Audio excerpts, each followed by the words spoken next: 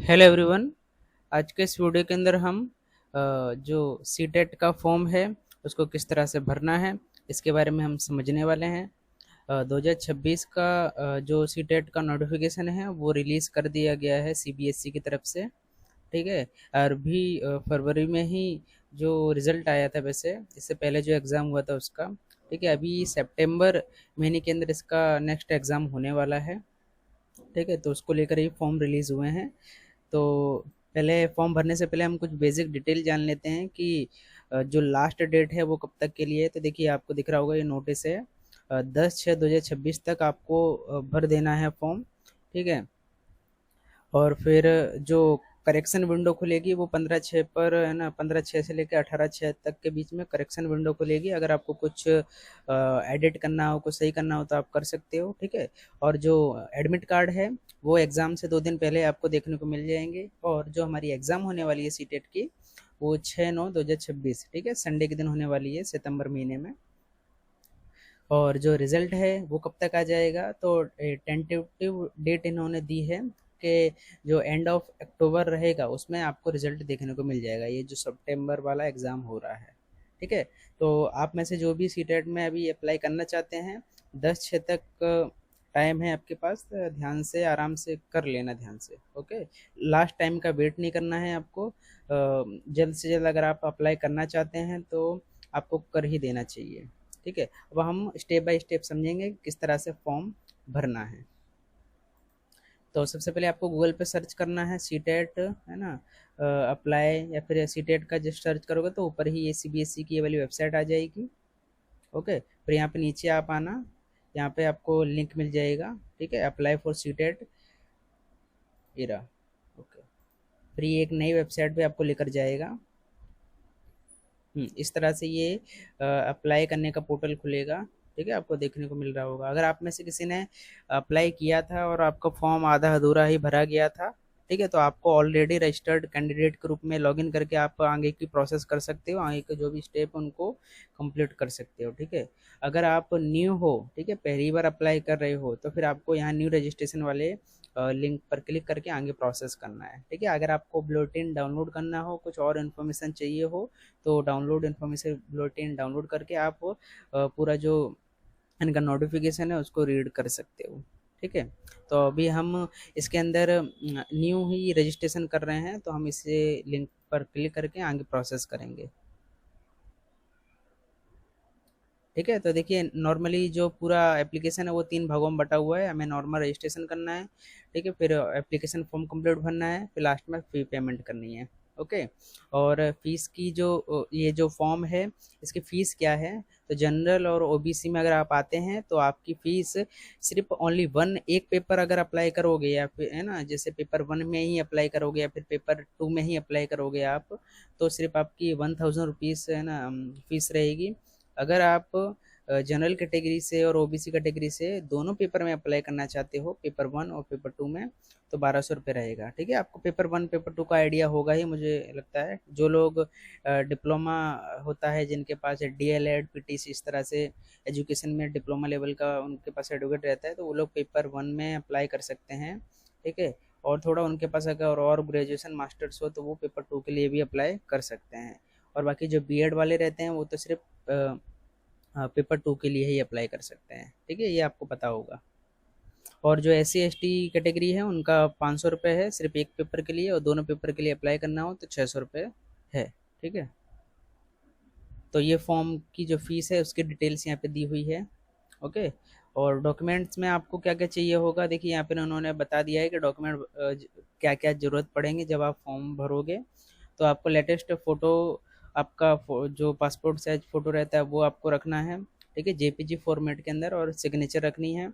Okay. और ये जो साइज, फ़ोटो की जो साइज़ रहेगी वो 10 KB से लेकर 100 KB के बीच में रहनी चाहिए। ठीक है, पासपोर्ट साइज़ फ़ोटो की। और जो सिग्नेचर है उसकी जो साइज़ है वो 3 KB से 30 KB तक रहनी चाहिए। ओके। और फिर यहाँ पे कुछ डायमेंशन बताइए, तो उसके हिसाब से आप देख लेना। बस वैसे जो नॉर्मली डॉक्यूमेंट अपलोड करने हैं वो फ़ोटोग्राफ और सिग्नेचर ही अपलोड करनी है। ओके, इसके अलावा कोई ज़्यादा डॉक्यूमेंट इन्होंने मांगे नहीं है। और जो पासपोर्ट है वो पासपोर्ट आपको ध्यान से अच्छे से बनाना है। मैं बता दूंगा किस तरह से पासपोर्ट बनाना, तो पासपोर्ट बन जाएगा आपका। ओके, लाइव बता दूंगा किस तरह से। फिर यहाँ पर हम सारी चीज़ों को एग्री करते हुए आगे प्रोसीड कर देंगे। ओके, अब देखिए इस तरह से ये फॉर्म पूरा खुलेगा।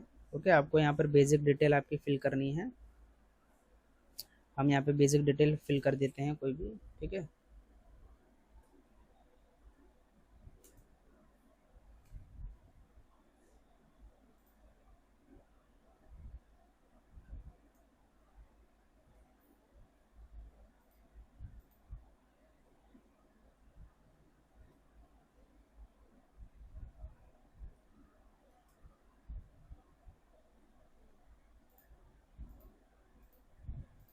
आपको डेट ऑफ बर्थ जो भी आपकी करेक्ट है 10th मार्कशीट के अकॉर्डिंग और डॉक्यूमेंट्स के अकॉर्डिंग वो आपको सिलेक्ट कर लेनी है।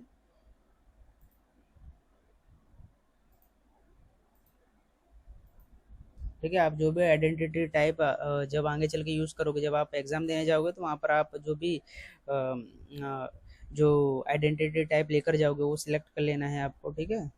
तो हम यहाँ पर वोटर आईडी सिलेक्ट कर लेते हैं। फिर यहाँ पर आपको वो जो आपका आइडेंटिटी टाइप आपने सिलेक्ट किया है उसका नंबर भी यहाँ पे फिल करना पड़ेगा, ठीक है। फिर वापस से आपको सारी जो इन्फॉर्मेशन है उसको वापस से कंफर्म करना है।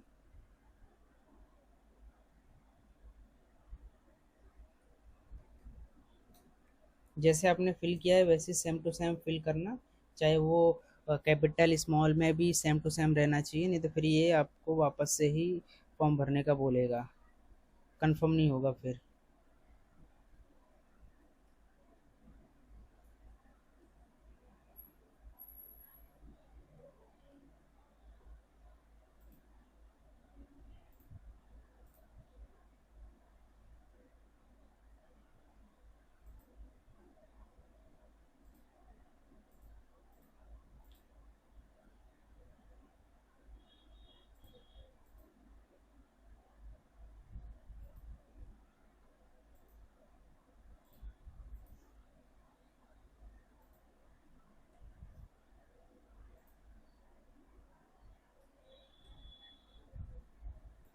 ये मैं जस्ट ऐसे इन्फॉर्मेशन भर रहा हूँ, ठीक है, बताने के लिए।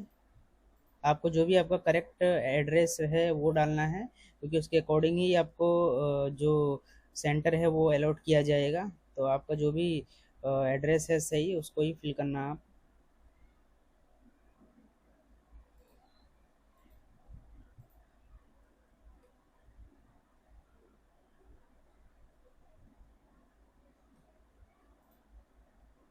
ठीक है, फिर आपको लास्ट में ईमेल एड्रेस जो आपका करेक्ट हो और मोबाइल नंबर, ठीक है, इन दोनों पे ही ओटीपी आएगा, तो वो आपको एकदम सही से फिल करना है, ठीक है।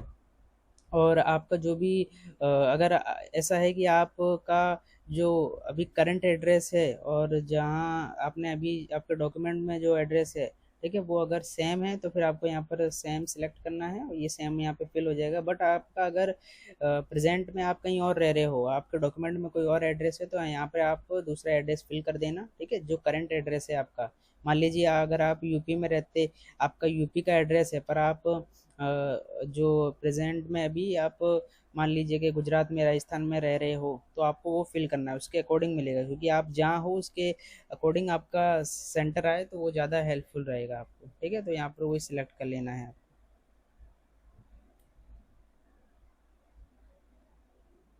चलिए मैं यहाँ पर कुछ इन्फॉर्मेशन डाल देता हूँ।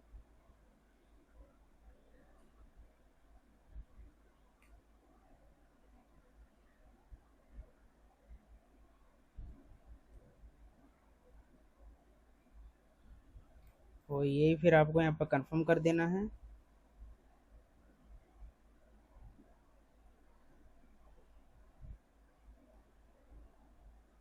मोबाइल नंबर डाल देना है आपको।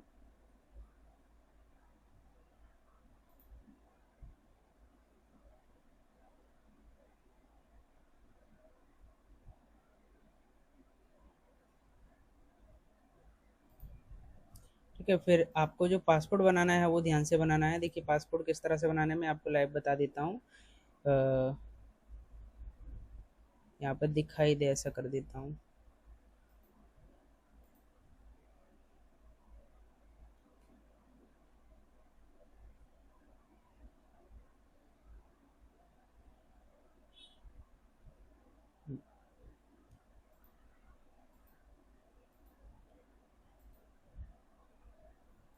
आपको स्क्रीन पे दिखाई दे रहा होगा, मैंने है ना पासपोर्ट जो बनाया है वो स्क्रीन पे दिखाई दे रहा होगा। ठीक है, फिर आपको इस तरह से देखिए, अभी आपको स्क्रीन पे दिखाई दे रहा होगा। ठीक है, पहले दिखाई नहीं दे रहा था। ये इस तरह से आपको एक कैपिटल स्मॉल इस तरह से करते हुए फिर एक स्पेशल कैरेक्टर यूज़ करना, फिर एक दो तीन, ये जो पासवर्ड आप बनाओगे ये फिर आपका जो रहेगा एक्सेप्ट कर लेगा, यानी तो फिर ये एक्सेप्ट नहीं करेगा। देखिए यहाँ पे मेरे से गलत हो गया था ये वाला। अ, हाँ, अब एक्सेप्ट कर लेगा ये। ठीक है, फिर आपको कोई सिक्योरिटी क्वेश्चन सिलेक्ट करना है। ठीक है, फिर उसका जो भी आंसर रहेगा वो यहाँ पर आपको लिख देना है, याद रखना है आपको। ठीक है, फिर यहाँ पर कैप्चा फिल करना है आपको।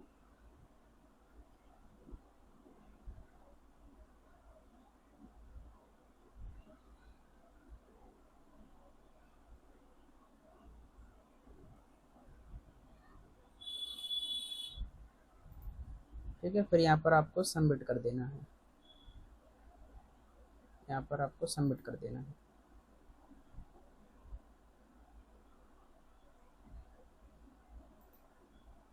ठीक है, तो लास्ट में आपसे ये एक बार और पूछेगा कि ये जो आपने सारी डिटेल्स फिल की हैं ये सही तो है ना, आपने कंफर्म करना है आपको। ठीक है, फिर कंफर्म करते हुए आपको सारी की सारी जो इन्फॉर्मेशन है उस पर टिक करते जाना है।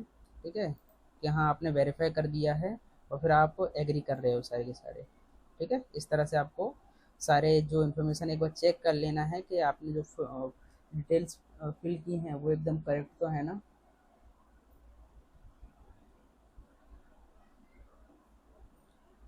और फिर ये लास्ट में एग्री करते हुए आपको सबमिट करके जो ओटीपी है आपके मोबाइल पर आएगा और ईमेल पे भी शायद आएगा। ठीक है, तो वो आपको वेरीफाई करना है। तो हम ये जो वेरिफिकेशन का स्टेज है इसको कंप्लीट कर लेते हैं। ठीक है, फिर उसके बाद आगे का स्टेज हम देखते हैं वीडियो के अंदर।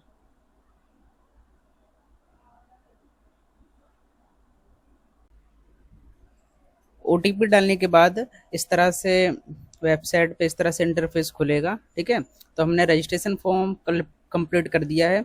अब हमको जो एप्लीकेशन फॉर्म है अंदर की और जो बेसिक डिटेल्स है वो फिल करनी है, फिर फीस पेमेंट करना है। ठीक है, मोबाइल नंबर जो है वो वेरीफाइड हो जाएगा, आपको ईमेल आईडी भी वेरीफाई कर लेनी है, नहीं तो फिर लास्ट में पेमेंट करने में दिक्कत आएगी। ठीक है, तो आपको इस पे क्लिक करके ईमेल आईडी पे भी आपके ओटीपी आएगा, उससे आपको वेरीफाई कर लेना है। तो मोबाइल नंबर और ईमेल आईडी दोनों ही वेरीफाई हो जाएंगे, जिससे ईमेल आईडी आपको इसलिए वेरीफाई कर लेना है जिससे यहाँ पर आपको कुछ ये जो सीटेट है वो बेसिक आपको है ना नोटिफिकेशन और नोटिस भेजता रहता है, तो आपको ईमेल आईडी कर ही लेना है वेरीफाई।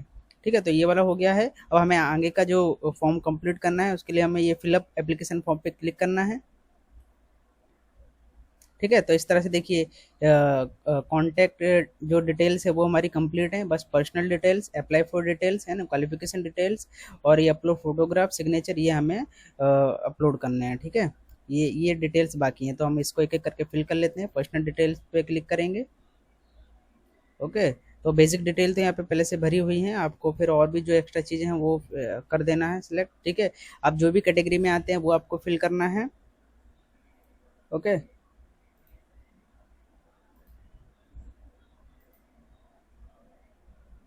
फिर आप अगर पीडब्ल्यूडी ये सब अगर कैटेगरी के अंदर आते हैं तो उसके बारे में सिलेक्ट करना है आपको। फिर आपका एम्प्लॉयमेंट स्टेटस सिलेक्ट करना है, जो भी आप हो। फिर ये जो कैप्चा है उसको फिल करना है।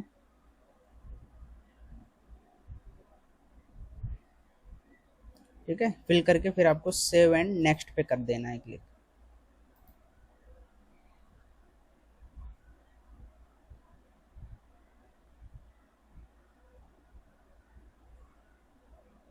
ठीक है, तो ये जो पर्सनल डिटेल्स हैं ये कंप्लीट हो गई हैं। अब हमें अप्लाई फॉर डिटेल्स, ठीक है, हम जिस पेपर के लिए अप्लाई कर रहे हैं और फिर उसमें जो भी हमारी क्वालिफिकेशन है उसके बारे में यहाँ पर चीज़ें पूछी जाएंगी। तो यहाँ पर थोड़ा सा ध्यान रखना, आप जिस भी कैटेगरी के अंदर आते हो है ना, मान लीजिए आपने डिप्लोमा किया है, आपने बीएड किया है, आपके पास मास्टर्स है, ग्रेजुएशन है, उसके अकॉर्डिंग यहाँ पर कुछ चीज़ें सिलेक्ट करनी है।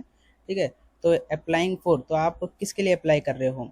पेपर 1 के लिए अप्लाई कर रहे हो या फिर पेपर 2 के लिए या फिर दोनों के लिए अप्लाई कर रहे हो। ठीक है, तो इनके लिए कंडीशन है पेपर 1 के लिए वही अप्लाई कर सकते हैं जिनके पास डिप्लोमा इन एजुकेशन है। ठीक है, जो डिप्लोमा लेवल का जो एजुकेशन का सर्टिफिकेट है, ठीक है, वो आपके पास होना चाहिए, तो ही आप पेपर 1 के लिए अप्लाई कर सकते हो। ओके, और पेपर 2 के लिए कौन कर सकता है? बीएड अगर आपके पास है तो आप इसके अंदर अप्लाई कर सकते हो। बीएड प्लस ग्रेजुएशन होना चाहिए आपके पास, फिर मास्टर्स हो, कुछ भी हो वो चलेगा, पेपर 2 के लिए अप्लाई कर सकते हो आप। ठीक है, अगर आपके पास डीएलएड है ना, अगर डिप्लोमा इन एजुकेशन है, साथ साथ में ग्रेजुएशन है, बीएड है, तो आप दोनों ही पेपर के लिए अप्लाई कर सकते हो। और दोनों के लिए अलग अलग फीस है, दोनों के लिए अप्लाई करोगे तो अलग फीस है, एक एक के लिए करोगे तो अलग फीस है। ओके, तो हम एक सिलेक्ट कर लेते हैं। और फिर आपको यहाँ पर एक चीज़ और ध्यान रखना है कि लैंग्वेज 1 और लैंग्वेज 2 ये आपको ध्यान से सिलेक्ट करना है। ठीक है, तो लैंग्वेज 1 में ये रहेगा कि जो क्वेश्चंस रहेंगे वो थोड़े से अलग पैटर्न से पूछे जाएंगे, थोड़े से जो लेवल रहता है वो हाई रहता है। और लेवल 2 में जो लैंग्वेज 2 है, इसके अंदर जो क्वेश्चन का जो पैटर्न रहता है वो थोड़ा सा नॉर्मल रहता है। तो आपकी पकड़ जिस लैंग्वेज पे अच्छी हो उसको आप यहाँ पे सिलेक्ट करना, आपने जो भी आपकी लैंग्वेज हो। ठीक है, तो हम यहाँ हिंदी सेलेक्ट कर लेते हैं। और लैंग्वेज 2 में आपको जो भी फिर आपकी थोड़ी बहुत नॉर्मल लैंग्वेज हो, आपकी पकड़ उस पर थोड़ी कम हो, उस लैंग्वेज यहाँ पे सिलेक्ट करनी है आपको। ठीक है, अब यहाँ पे मिनिमम एजुकेशनल क्वालिफिकेशन फॉर ये जो हमारा 6 से 8 का हमने जो अप्लाई किया है, इसके लिए जो मिनिमम क्वालिफिकेशन है वो आपको सिलेक्ट करनी है कि आपके पास क्या क्वालिफिकेशन है जिसके आधार पे आप यहाँ पर अप्लाई कर रहे हो। ठीक है, तो यहाँ पर हम सिलेक्ट कर लेते हैं। देखिए, इसमें अलग अलग कैटेगरी बनाई गई हैं, हमें उस कैटेगरी के अकॉर्डिंग देखना है। देखिए, एक इसके अंदर कैटेगरी क्या है कि आपके पास ग्रेजुएशन है। ठीक है, और आपने मतलब ग्रेजुएशन कंप्लीट कर लिया है और आप डिप्लोमा कर रहे हो, 2 साल का जो डिप्लोमा रहता है वो कर रहे हो। ठीक है, तो भी आप इसके अंदर अप्लाई कर सकते हो। एक तो ये कैटेगरी है, और आपको कोड भी सिलेक्ट करना है हो, इसमें आपको ऑप्शन सिलेक्ट करना है कि आप किस कैटेगरी में आते हो। फिर एक ये है कि आपने जो है ग्रेजुएशन है वो 50% के साथ कंप्लीट कर लिया है, पोस्ट ग्रेजुएशन भी आपका पास हो या फिर परस्यूइंग हो। ठीक है, और अच्छा, इसमें ग्रेजुएशन और पोस्ट ग्रेजुएशन दोनों है आपके पास, पर आप बैचलर डिग्री आप क्या कर रहे हो? परस्यूम कर रहे हो, मतलब अभी चालू है आपका बीएड, तो आप ये सेकंड कैटेगरी में आओगे।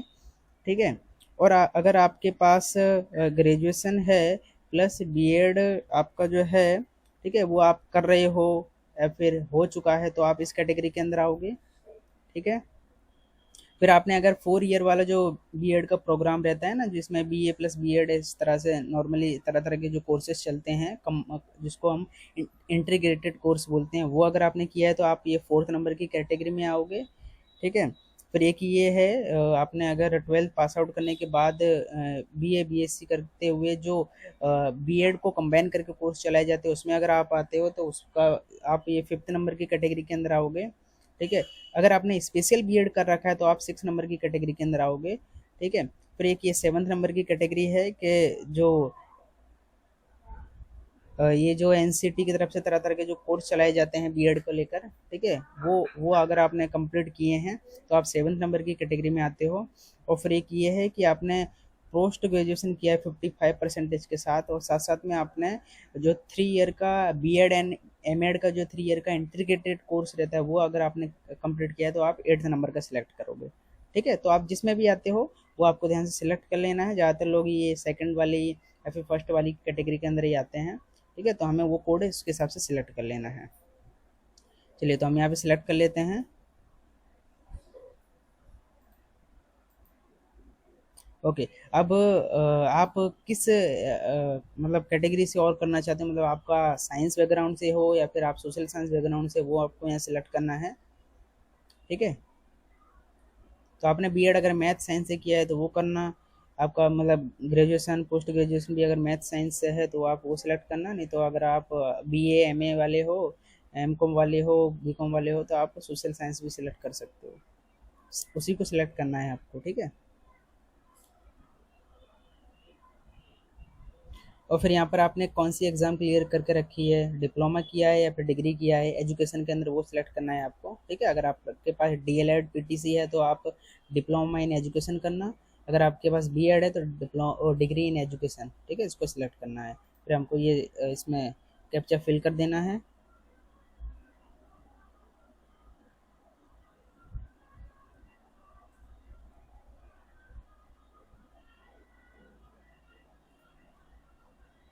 7 नेक्स्ट पे कर देना है, ठीक है।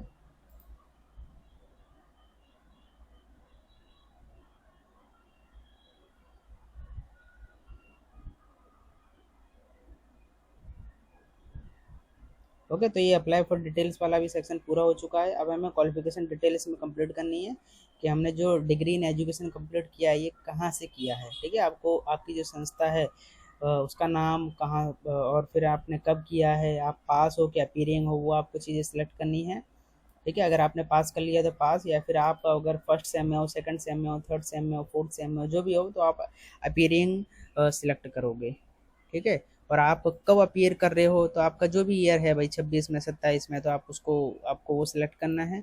और आपने किस स्ट्रीम से किया है, तो भाई वो एजुकेशन ही है हमारा, ठीक है। और फिर आपको आपकी यूनिवर्सिटी जो है वो सिलेक्ट करनी है, ठीक है। आप आपका जो भी संस्था हो आपको वो सिलेक्ट कर लेना है।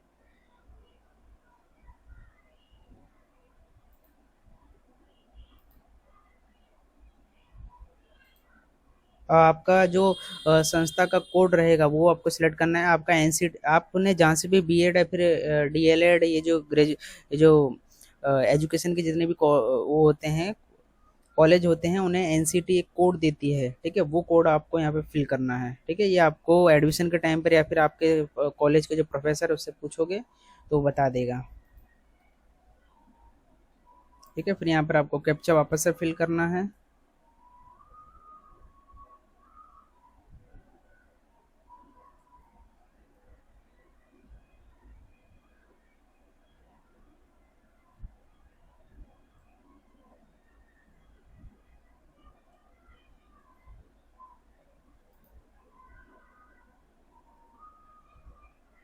7 नेक्स्ट पे क्लिक करना है, ठीक है।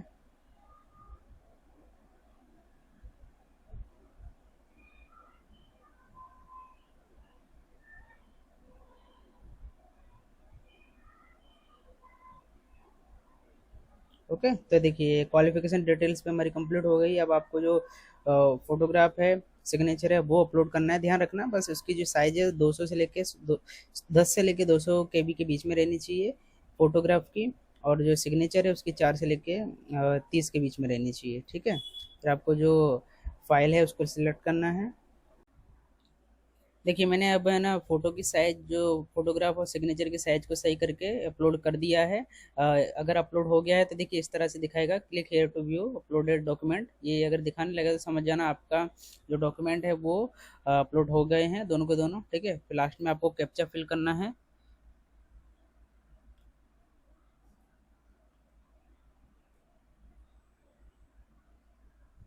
फिर सेव एंड नेक्स्ट पे क्लिक कर देना है,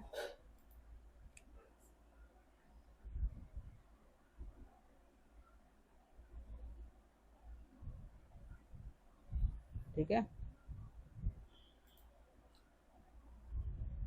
जो इस बार इन लोगों ने जो एग्ज़ाम सिटी सिलेक्शन का ऑप्शन है वो नहीं दिया है, ठीक है, देखने को मिल रहा होगा आपको। ये शायद इस बार ऑटोमेटिक ही रहेगा। फिर देखिए अभी लास्ट में आपको ये जो भी डिटेल्स हैं वो आपको एक बार चेक कर लेनी है, ओके। और फिर आपने जो भी सब्जेक्ट किया वो सब चीज़ें चेक कर लेना है। और फिर यहाँ पर आपको ये जो और भी एड्रेस वैड्रेस है ये आपने जो सही फिल किया है इसको चेक कर लेना है, ठीक है। फिर लास्ट में आपको जो फाइनल डिटेल्स हैं, ठीक है, वो आपको देखते हुए, एग्री करते हुए लास्ट में सबमिट कर देना है।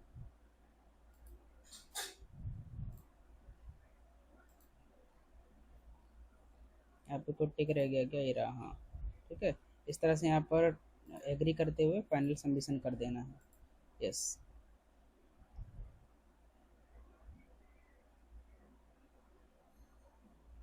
ठीक है। तो देखिए हमारे सारे स्टेज कंप्लीट हो गए हैं, अब खाली पेमेंट का स्टेज रह गया है।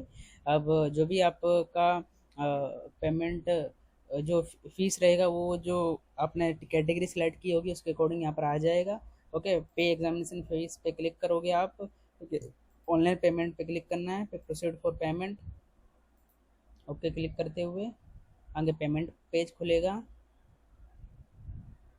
ओके। और फिर आप जो भी आप ऑप्शन सिलेक्ट करते हो वहाँ पर नेट बैंकिंग, यूपीआई, वो आपको आगे प्रोसेस कर देना है। ठीक है, देखिए इस तरह से पेमेंट पेज खुलेगा। ओके, आपके पास क्रेडिट डेबिट कार्ड का ऑप्शन है, नेट बैंकिंग का ऑप्शन है, ठीक है, भीम यूपीआई का है। सबसे अच्छा है कि आप यूपीआई सिलेक्ट करो।